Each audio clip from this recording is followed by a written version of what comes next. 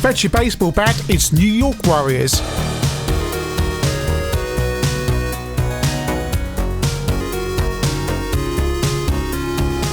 New York Warriors is a 1990 game from Virgin, striking cover there of a member of KISS with a baseball bat and the World Trade Center and the Statue of Liberty. The game was released on the Amstrad, the Spectrum, the Amiga, and additionally the IBM PC.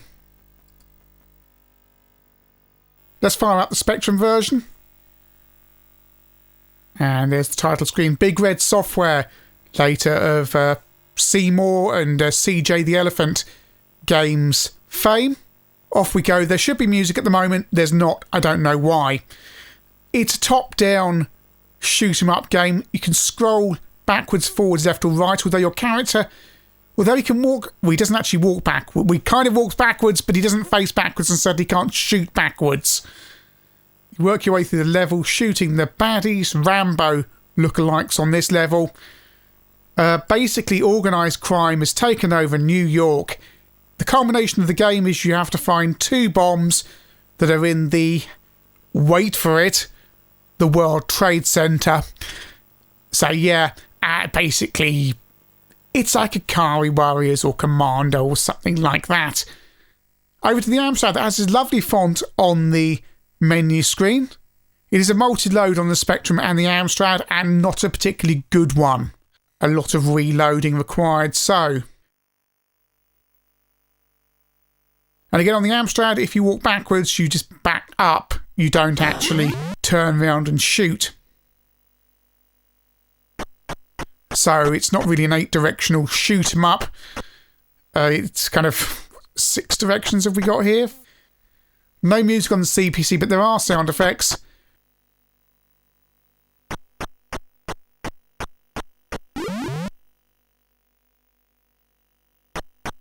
And there are these baddies who are asleep on benches, and then they suddenly wake up and start shooting you. It's a surprise the first time it happens, then you're expecting it. And that's level 1 over. It happens that quickly.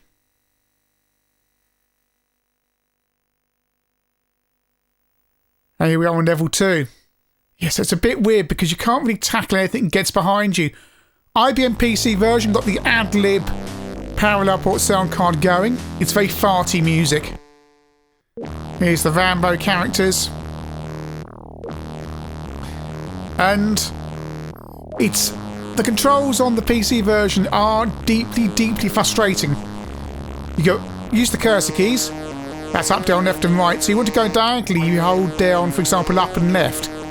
That doesn't work. You have to press, for example, home or end or page up or page down, which means your hands are all over the keyboard and basically makes the game uncontrollable if you want to shoot diagonally.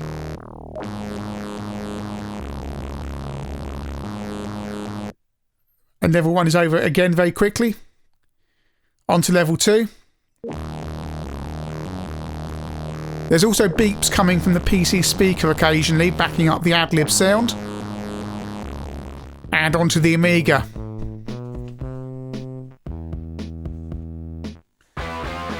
The music on here is a relief after that ad-lib sound.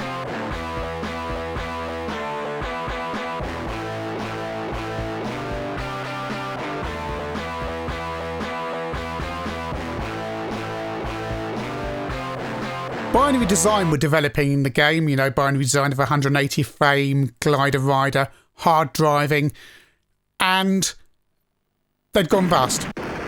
Pete Ranson, who'd been working for Binary Design, set up Big Red Software, and Big Red made Virgin aware that this game was in development, and Arthur Williams was coding the game.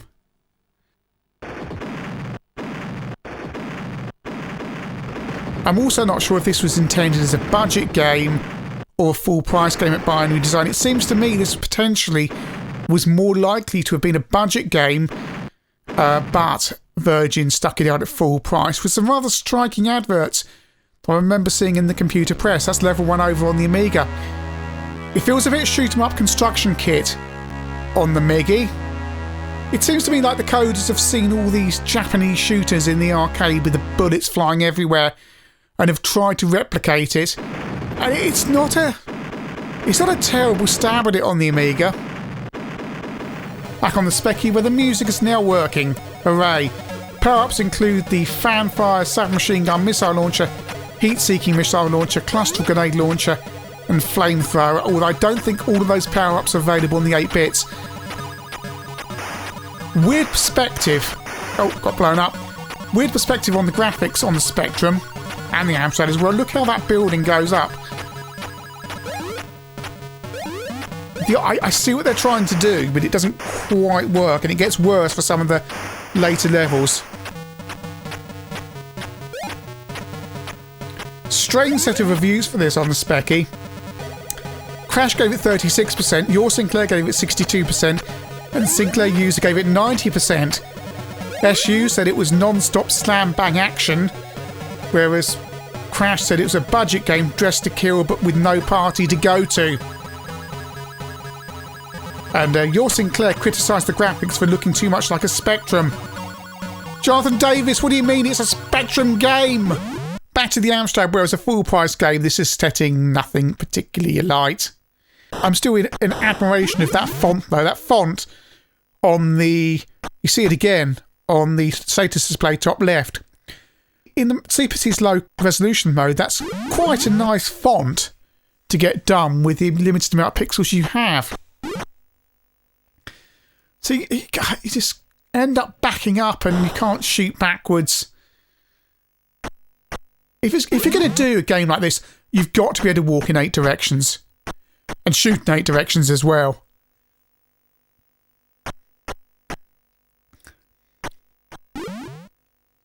And I am on Indestructible now, which is why my character's flashing the entire time. Just so I can get further into the game.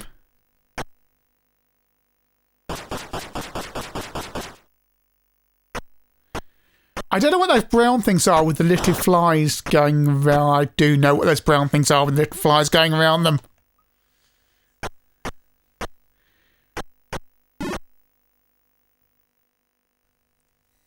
They could have done something better between levels. Like loading next level. No, you just get corruption on the screen. So level 3 on the CPC, and now the perspective gets really freaky. And some of the colour choices as well, with all the green there. Back on the PC, still on level 2. There's flies there, but I don't know. I don't know what they're trying to do here. PC version would play so much better if they actually sorted the controls out.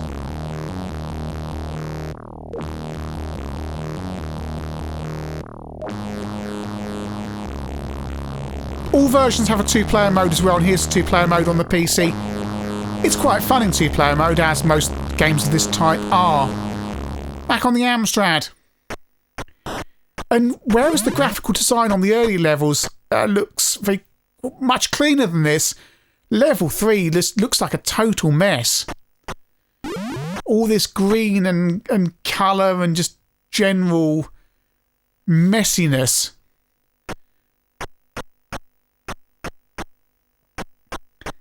And it really does, as Crash say, have the game has the feel of a budget game. And Specky version.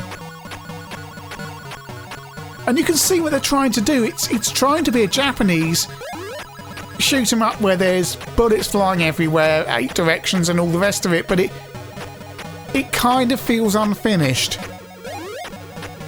It feels like they've got something working and Virgin have just gone, yeah, shove it out. The music is, you need music that drives the game like this along. And it's trying to set the atmosphere, but it just sounds dull, slightly out of tune and boring. There's where the perspective really gets weird. Look, see, I'm shooting up, but I'm shooting forward. It's, yeah,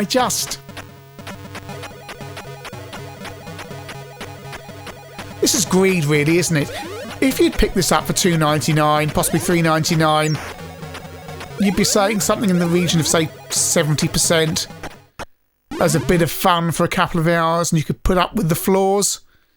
But 10 quid. And that's the end of level 3 on the Amstrad.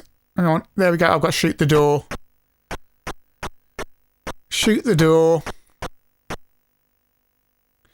And there are nice touches on 16-bit versions. If you've collected multiple weapons, you pick up another power-up. When that weapon runs out, you go back to the previous weapon you had, not your basic machine gun. If you go to the next level, you carry on with your power-ups. I really like that. I really like that. Like Amiga. It's level 3 here. Got infinite lives, so I don't really care anymore. And already, it's getting very, very hard because there's a lot of bullets flying around, which in some ways is absolutely fantastic because it reminds you of those... oh, it's crashed. Yeah, New York Warriors on the Amiga does crash a bit. So here we go, this would be level 3. And it doesn't do it at the same point every time, it just seems to randomly crash at the end of levels. So we're in the park with people with ski masks. And the sound effects are beefy enough. The fact there's no ST and C64 versions, again, indicates about the status Virgin gave to this game. They saw an opportunity to get a game out cheaply and weren't prepared to put the money into actually doing the ST version and the C64 version. There is a degree of slowdown on the Spectrum and the CPC. It just doesn't quite get there. You can see what they're trying to do, but it never quite crosses over that threshold of actually this is enjoyable. You get tempted in on level 1, think, okay, let's see where we're going. And it never really gets beyond that.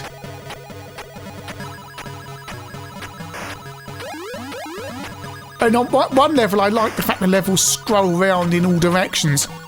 On the other hand, you can get lost on some of the levels quite easily and find dead ends and not know where you're going because there's no assistance, especially on the higher levels.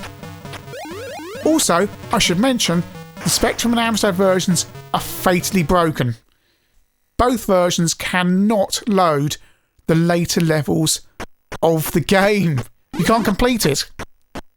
According to Spectrum websites I've looked at, nobody's ever got a working version all the way through of New York Warriors on the Spectrum, and CPC Power just says there's a mastering error on the disc they have and it won't load the final levels.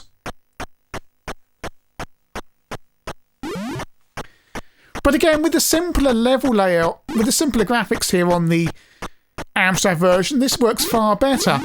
Amiga version, and you're being guided through this very tight level with rails, and that can make big. See, that's nice. That's, you see, you're really getting that Japanese shoot 'em up feel with big things like that on the level. The problem is you are completely outgunned, and then they throw those people with the hang gliders over the top of you.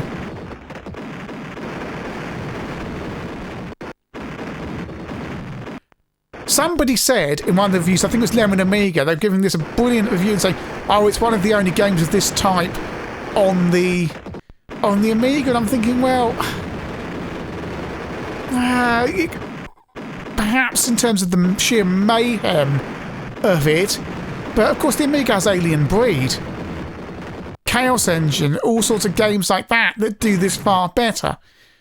It's frustrating really, because it wouldn't take much to make this actually a pretty good game, but it feels like for whatever reason they've just chucked it out. And oh look, it's crashed again. New York Warriors, let's ignore the nonsensical plot and how it's supposed to culminate, because frankly the coders would have had no idea back in 1990 what the future would hold. It's a game that is incredibly frustrating because it could be good.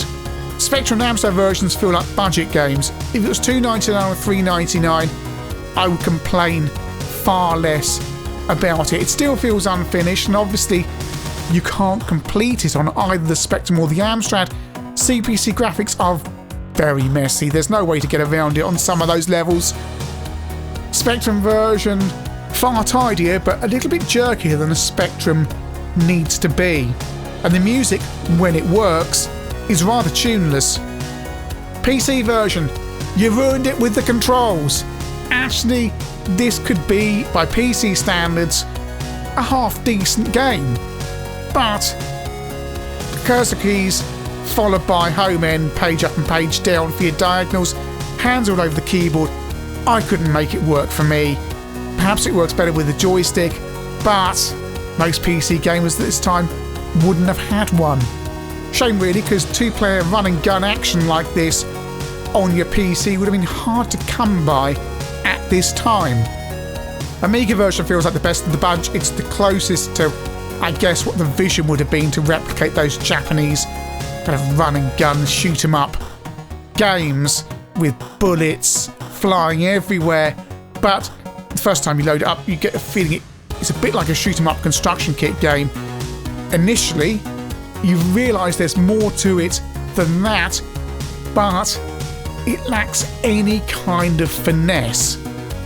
Overall, New York Warriors is a generic game that is done better in so many other places, and that's a shame because it's a kernel of something in all these versions that would make it something a little bit unique and special. It's not so much dreadful as just simply a wasted opportunity.